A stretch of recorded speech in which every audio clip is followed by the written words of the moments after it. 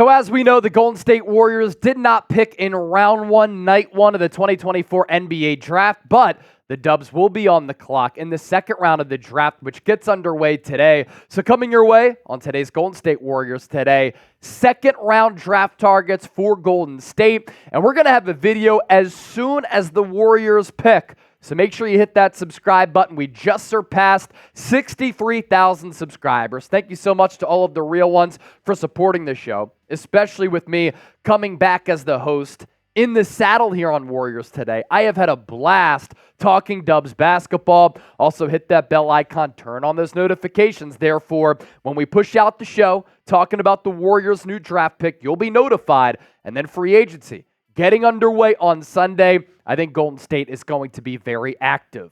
Let's start off with this. Going into round two of the NBA draft, what does Golden State need? They need a lot on this team. And we're going to uncover and talk about some of these needs with these specific draft prospects. Perimeter shooting, backup ball handler, off the bounce scoring, and rim protection. So let's begin here with a local player to the Bay Area, and that is Jonathan Mogbo of San Francisco. We've talked about him a couple of times here on the show, and Mogbo could be a wing depth piece that this team needs and might be able to help this team in giving them rotation minutes right from the jump. If not, he can play in the G League level for a little bit to refine his skills. Maybe he goes back and forth between the NBA level and the G League level. And I think that he could be a good addition if the Warriors decide to move on from Andrew Wiggins. 22 and a half years old, good size at 6'6" and a quarter, 217 pounds. And if you look at 6'6" and you're like, well, Chase, you have him listed as a big, he's kind of that positionless, versatile big in today's NBA, and he makes up for the lack of size if you think he's shorter with a massive wingspan, which allows him to thrive as a lob threat and a rebounder. He can really go up and get it. He's also a good passer with the natural playmaking feel. Now, he is undersized, as I mentioned, hasn't developed the three-point shot to help space the floor. Those are, of course, concerns. But the activity level and the confidence in which he plays with, the effort that he exudes, the fearlessness in which he has, I like those elements to his game. Last year with San Francisco, 14 points per game, 10 rebounds per game, 3.5 assists. I think he can pass really well from the high post. And then even in the mid-range area, in some lofting passes and bounce passes, a steal and a half per game. Very efficient player too, 63.5% from the field. Here's what the Ringer's Kevin O'Connor had to say about him.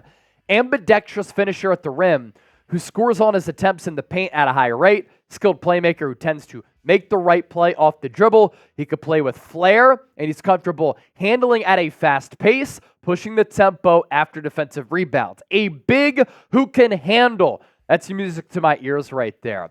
Adem Bona is Warriors draft target number 2. He played his college ball this past year at UCLA. This is an athletic rim protector and dunker who, like Mogbo, has a large wingspan, long wingspan, 7'4". Now, this is a player who is raw offensively. He grew up in Nigeria, so that has to do with some of the rawness to his game. If he went back to UCLA playing under Mick Cronin, I think that could have helped him out a little bit. Sophomore, 21 years old, 6'8" and a quarter, 243 pounds, but he elected to keep his name in the NBA draft. Great athlete, blocks a ton of shots, finishes well around the rim, and despite the athletic profile, surprisingly doesn't dominate the glass, which is a little bit weird, and he's not a confident jump shooter whatsoever. Last year, with the Bruins, down year for that program, after a couple of deep runs under Mick Cronin, 12.5 points per game, just under 6 rebounds, under 2 blocks per night, more than a steal, 58.8% from the floor. I know my boy Cade, he really wanted Nick Claxton to be a Warriors target. He's going back to the Nets, $25 million per year on a $100 million contract. And these are kind of the next alternative options in the draft. KOC on him. Big body defender with the hands and feet to thrive in any pick and roll scheme. Sets rock solid screens. Warriors love to do that action. and he rolls hard to the basket. Active help defender who explodes like a rocket for emphatic highlight reel blocks. Shows a nose for crashing the offensive glass, and he's highly physical on the defensive boards. Really good write-up right there, and you can imagine him and Mogbo both kind of being a system fit for the Warriors in the front court. With that, let's pose this poll question for you. Who is your guy? Name a player that the Warriors should draft with pick number 52. Drop me a name down in the comment section right now. From the front court to the back court, let's talk some guard play here. KJ Simpson, Colorado.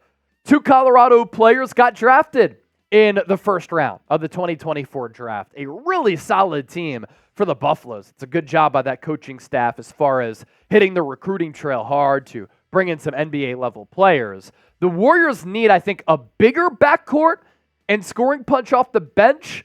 So I wonder, with the lack of size for Simpson, where he kind of fits. But if the Warriors go best player available here at 52, they could look at KJ Simpson as a player who they're intrigued by. He's only 6 foot and a quarter, 187 pounds. So that's where the lack of size comes in for KJ Simpson. He was also on a really, really good team for Colorado. And so how much did that help elevate some of his numbers and his play? I will say this about Simpson: attacks the cup at a very good rate and can knock down shots off the dribble. He's a good playmaker who's smart. He doesn't turn it over all that much. Undersized frame might limit his ability to absorb contact and defend in the NBA, which is why he's more of a rotation guy. Can't really knock the numbers, though, at all, even with that lack of size. Again, playing with a couple of NBA players, one in the lottery, and Jalen Williams' brother, and then Tristan da Silva, who went just outside of the lottery. But look, he took advantage of his opportunities. Averaged nearly 20 points per night, just under 5 dimes, steal and a half, so he's active in the passing lanes. Nearly 48% from the field and more than 43% on his three-point shots. Spicy shot creator with an ability to hit tough, contested jumpers or make crafty finishes at the rim. So that first line there is how he can make up for the lack of size. Also a speedy, tight handle, and he can be a handful to defend in isolation, but he also plays a seasoned style with pace in the pick and roll.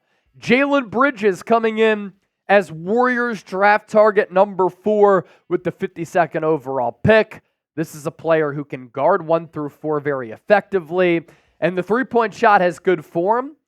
Has to improve maybe a little bit, and we'll take a look at more of what he has to offer here. I like the size. I like the athleticism.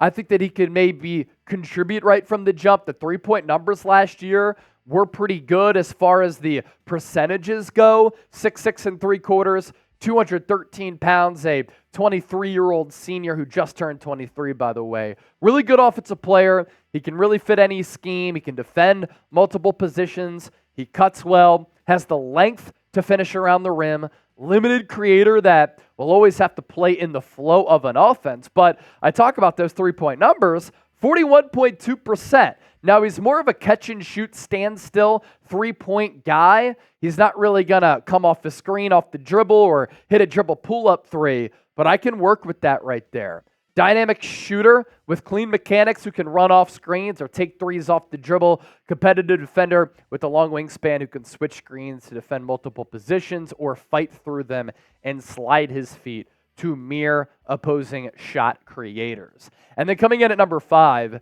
is Brandon Carlson, the center out of Utah. We talked about him on a couple of occasions here on the show. This is a big who can stretch the floor and knock down the three. Also has a knack for blocking shots. You got to talk about floor spacing. And Brandon Carlson is a player who can space the floor, and then he can also protect the rim. And I think that those qualities are very important for a big in today's NBA. He's definitely an older player. The COVID year impacting that with this draft class. A lot of older players here. He's 25, but he's 7 feet tall, 220 pounds, and the numbers certainly check out. Last year with the Utes, 17 points per game, 6.5 rebounds, 50% from the floor, and almost 38% from 3 range. And as a 7-footer to knock down that clip from deep, that could translate to the next level. He could also end up being a UDFA to watch. If he does not get drafted, that is a player to look out for Golden State as well. What is the Warriors' biggest draft need with the 52nd overall pick? We'll talk about that selection. We'll do some draft grades for Golden State. Be on the lookout for that video. And that's why you subscribe to the channel. Let's continue to grow the Dub Nation empire. The channel has been cooking. Daddy's back.